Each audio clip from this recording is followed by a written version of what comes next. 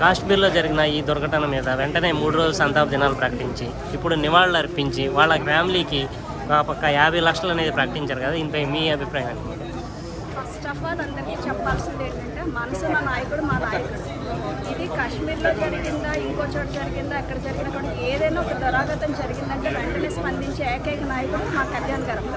ఇది vote bank రాజకీయం చేయడం ఆయనకు చేత కాదు. అక్కడ క్రిస్టియన్ ఓట్లు పోతాయి, లేదా ముస్లిం ఓట్లు పోతాయి, లేదా హిందూ ఓట్లు పోతాయి అని కాకుండా తప్పు జరిగితే తప్పని తప్పుగా నిలదీసే నాయకులు ఎవరైనా ఉన్నారంటే రాష్ట్రం మొత్తం మీదే కదా, దేశం మొత్తం మీద పవన్ కళ్యాణ్ గారు ఒక్కరే.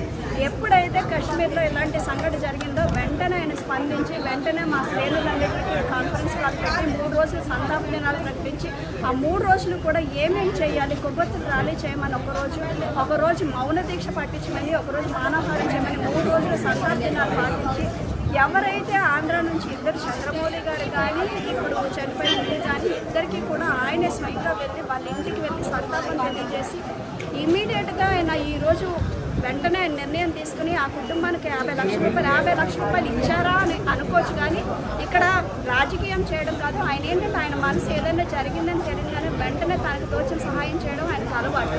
ఆ పిల్లలు చదువుకో భవిష్యత్తుకో పనికొస్తాయని ఆయన మా క్రియాశీలక మెంబర్షిప్ అయినా అక్కడ వచ్చే మెంబర్షిప్ నుంచి వచ్చి 5 లక్షలు కాకుండా 50 లక్షలు ఇచ్చి అదే కాకుండా ఇంకా ఏమన్నా చేయగలుగుతాం, మా పిల్లల కోసం ఇంకా ఏమన్నా చేయగలుగుతాం అని పాపత్రయం మర్చి ఆయన.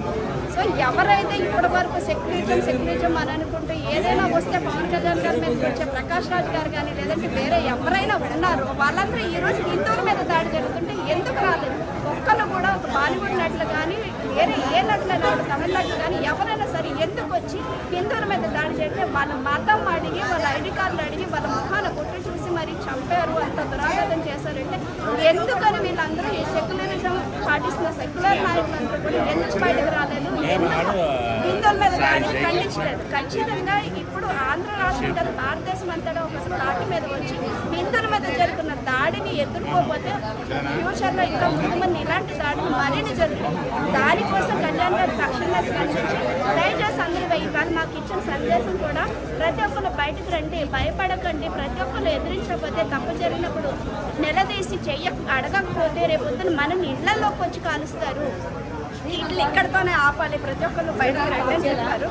సో ఇవన్నీ కూడా ఓటు రాజకీయం కోసము లేకపోతే ఏదో సవరాజకీయాలు చేయడమో మాకు చేత కాదు. కేవలం మానవతా దృక్పథంతోనే కళ్యాణ్ గారు బయటకు వచ్చి ఇవన్నీ చేయడం జరుగుతుంది.